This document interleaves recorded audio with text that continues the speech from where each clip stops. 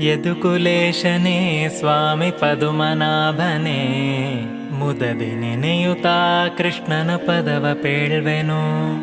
ದ್ವಾರಾವತಿಯಲ್ಲಿ 16,000 ಸ್ತ್ರೀಯರು ಆಡುತ್ತಿದ್ದರು.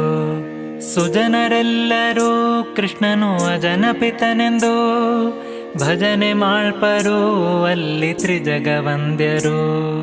ಬಂದ ವಿಪ್ರನ ಹಸೆಗೆ ತಂದು ಹಾಸಿದ, ವಂದನೆ ಮಾಡಿದ ಸುಖವೆಂದು ಪೇಳಿದ. ಅಷ್ಟು ಲೋಕದಿ ಬಹಳ ಶ್ರೇಷ್ಠ ಮುನಿವರ, ಕೃಷ್ಣರಾಯಗ ಹೋ ಕೊಟ್ಟ ನಾರದ. ನಾರಿ ರುಕ್ಮಿಣಿ ಹೀಗೆ ಬಾರೆ ಎನ್ನುತ್ತಲೇ, ನಾರಿ ತುರುಬಿಗೆ ಪಾರಿಜಾತ ಮುಡಿಸಿದ.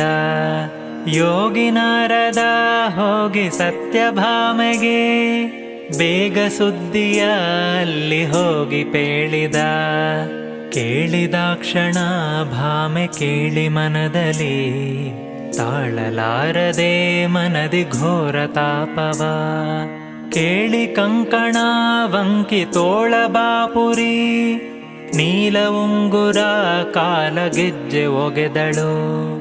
ಮುದ್ದು ಮಂಚದಿ ತಟ್ಟನೆದ್ದು ಕುಳಿತಳು, ಬೆಚ್ಚಿ ಬಿದ್ದಳು ಆಕೆ ಪದ್ಮಾವತಿಯಳು.